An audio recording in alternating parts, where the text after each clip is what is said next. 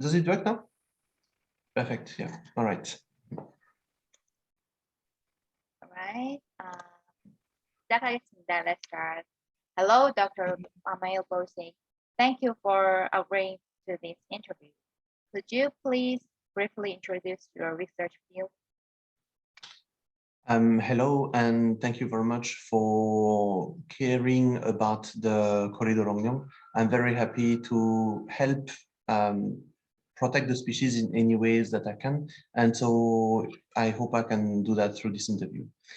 So my field of research, I am now a professor at Nanjing Forestry University in China.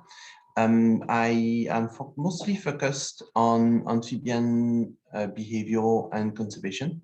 So before coming to Nanjing, I was at Ewha Women's University and Seoul Day before that. And so I've been working on behavioral ecology and conservation of amphibians in Korea for close to 10 years now. The main idea of my research is to understand what are the best practices for conservation, what we can do that will really have an impact on the conservation of species through their behavioral ecology, through modeling, through genetics, to be able to understand better. I was mostly focused on tree frogs for very long, but now I am broadening my research interest, reaching for all amphibians, but also actually all species present in wetlands, because I believe that we need to protect the habitat and protect the species that are within this habitat, rather than protecting the species that we have a broader focus. And there are many species, especially invertebrates, that we have no idea about. So if we protect the habitat, then we will protect much more, and that will be a better option for biodiversity conservation than only protecting some focal species. Have you ever been to Sasong in Yangsan, Korea? Can you tell us about the ecosystem there at that time? Yeah, all right. So I went to Sasong. It was actually 1 year ago. I went there in October and November 2020. I was stuck in Korea at the beginning of the pandemic, and I was not able to come back to China directly.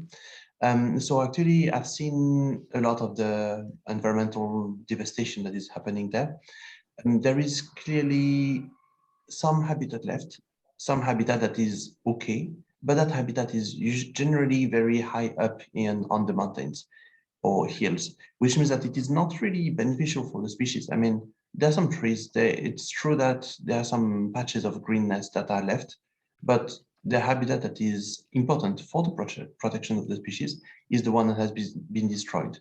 Riparian habitat, wetlands that are lower elevation, and that are now totally converted into, I mean, there's nothing built yet, so it's not even converted into businesses, but it's converted in dead land. So I've been there, and I've seen how quickly something needs to happen if we want to be able to protect the species there.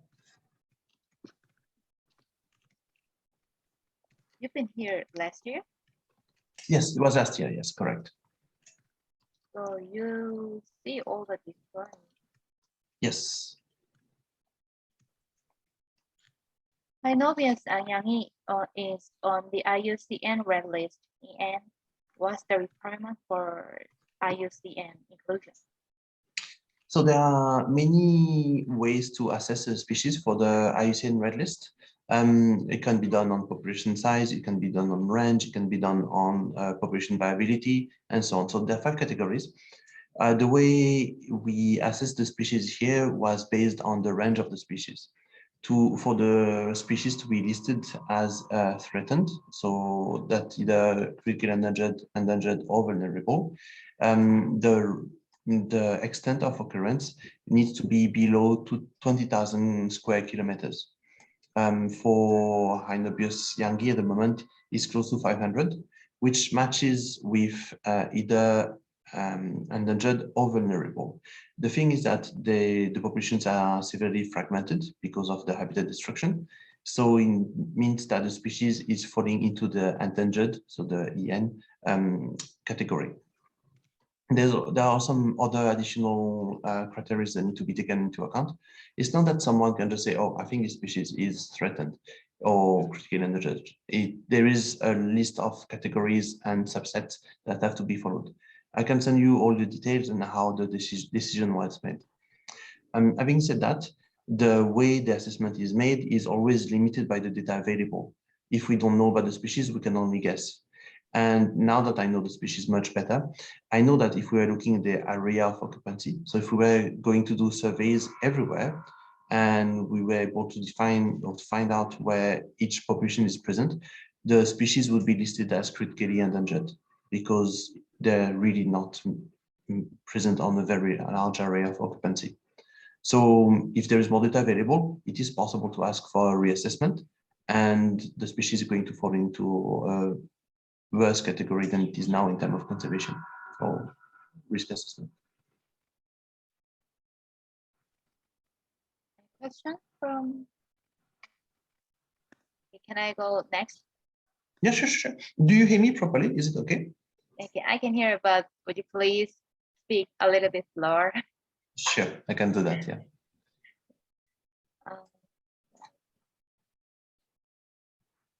Onychodactylus fishery Bollinger SP in Sasong, Yangsan was determined to be a candidate of a new kind by genetic testing. However, it is not registered yet. Can you please comment on this issue? Yes, so actually Onychodactylus fishery, the Doron뇽, was divided into 4 species in 2012. So now Onychodactylus fishery is only in Russia. There are 2 species that are in China and very likely to be in North Korea. And there is Onychodactylus koreanus, which is in South and North Korea. The thing is that when people did the analysis in 2012, they found out that in Yangsan and Miryang, there is another species that is not described yet. And we are working on it. It's close to be done, but the species is not described at the moment. But I hope within a year, maybe the species should be listed as a different species.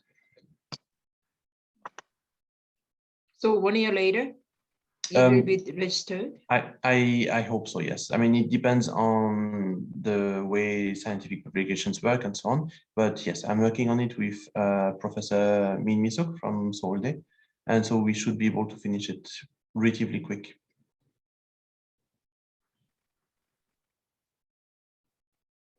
All the spawning sites have been destroyed due to the construction site of Sasong in Yangsan. More than 10,000 Hyanobius yangi have died. What are your thoughts on this issue? Is this loss of individuals from an IUCN designated specimen? It is horrible. It's horrifying. There is no other word available. We know the species is endangered and likely to be critically endangered when there is more data available. The fact that it is possible for a company, whichever development, if we can call that development, company to have the right to pursue such an activity is an abomination. I mean, there are laws to protect species. Those laws should be implemented, and they should really be something to prevent the destruction of the habitat. Korea is an advanced and developed country. The government should step up and do what it is mandated to do. I do want to mitigate one point. 10,000 larvae of Hyanobius yangi is not the same as 10,000 adults. The death rate in development in amphibians is very high. So the fact that there were 10,000 dead larvae is difficult to assess in terms of how many adults there could have been. Could have been 1,000, it could have been 100. For instance, if it's tree frogs, about 95% of the larvae die before becoming adult.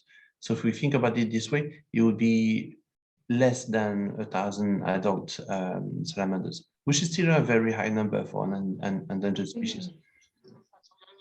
So I do want to mitigate the fact that it's 10,000 salamanders that died. It's an incredibly and horrifying high number, but we have to look at the species level, and the government really has to step in to do what it has been mandated to do, protect the habitat there.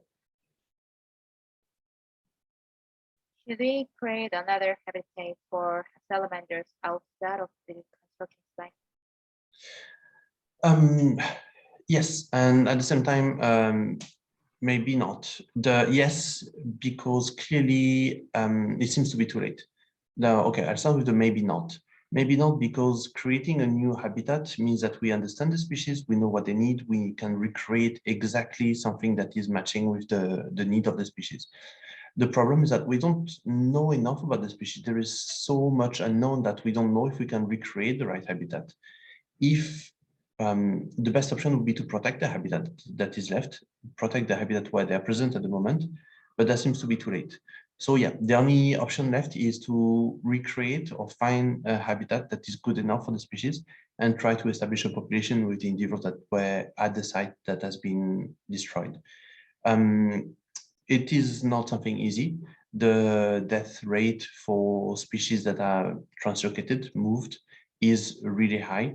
So yes, something has to be done, but protecting the original habitat is really the right thing to do. We cannot move species around constantly. I mean, now it's here, but in 10 years, it will be the site where the salamanders have been moved to. So why creating a new habitat when we can preserve the habitat that is already there? You mean what we have to do something, but the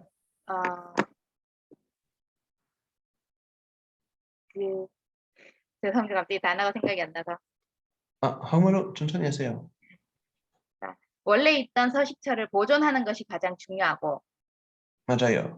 만약에 even though we make a new habitat, another habitat, we cannot sure that the salamanders will live there or not, right? This is correct, yes. And we don't know if the species can migrate, but for instance, for Gorydo롱뇽, if we move them, they migrate back. They can migrate a few kilometers. For Gorydo롱뇽, I don't think they can migrate, but it is possible that we move them to a new site and they don't like it. They'll just move away. So it is very difficult to translocate salamanders properly. We have no idea if it will work or not. So we have to be very careful to make something. Yes, exactly. Yeah.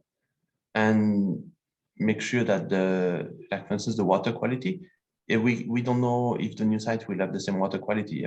If it's water coming from the mountain, are the rocks in the soil the same? Is the water going to be of any different quality? Is it going to be fine for salamanders? We don't know before testing all of that. Finally, tell us your thoughts on the issue of ecosystem damage and so basically, what we are doing by killing the species is committing suicide. It is exactly the same thing.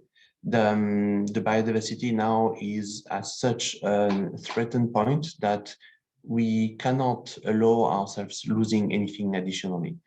The number of species going extinct is the highest in recorded history. Even if we compare the extinction rate with the extinction of the dinosaurs, for instance, it is way worse now. And so clearly, if we don't do something, then the habitat, the ecosystems are going to be degraded to such a point that we create threats, risks to our own selves, to humans as well. And so we need to draw a line somewhere. Most people will say, oh yeah, but that's just one salamander species. And there's a very similar one not too far.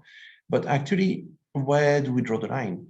It is one salamander species, but that salamander species has been there for millions of years. It is adapted to the habitat that is there. It is providing an ecological role that is very important for the species in the area, and the species in the area include humans. And so if we lose this salamander, yes, maybe no human is going to die right away, but in the long term, that is what's going to happen.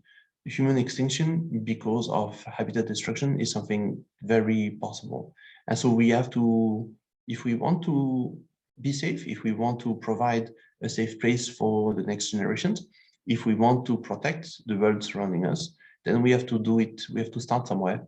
And starting with the 고리도롱뇽 is maybe the best thing to do.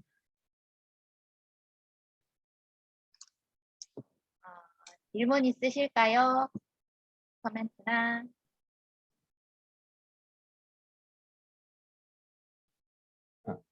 Mike. 사진 공유 조금 해드릴까요? 1분 이내로. 네네네. 시작하기 네네. 전에 말씀하신다 했는데. 사진, 제가 찍은 사진 잠시만 공유해드리겠습니다. 그래요.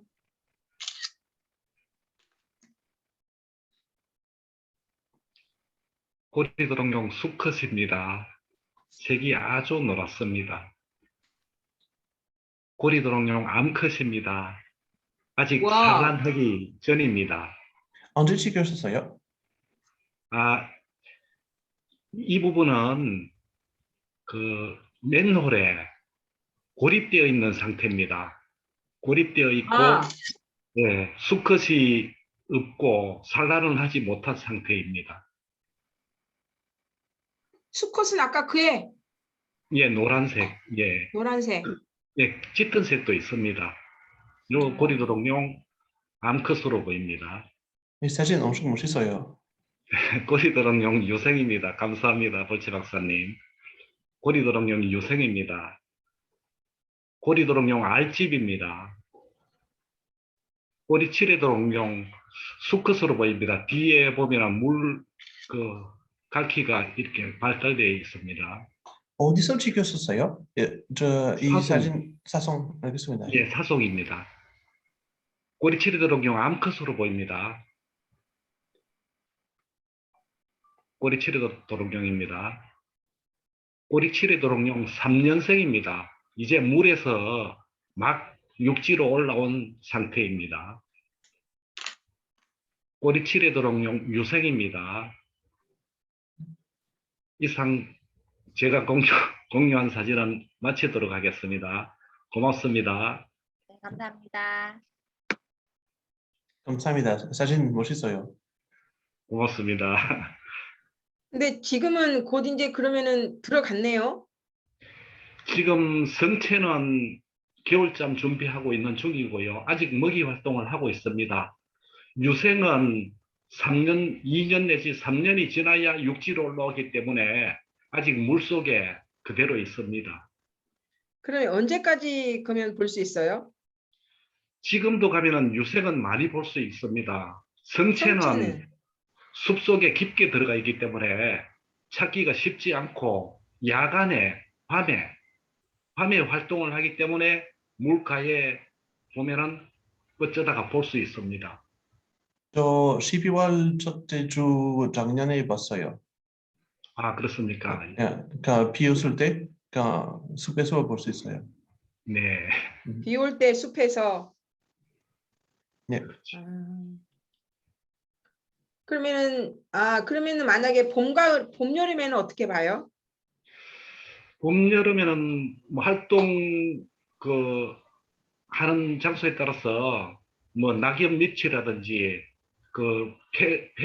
죽은 고사목 밑에라든지 돌 밑에라든지 이런 데 숨어서 있기 때문에 찾기는 굉장히 어렵습니다.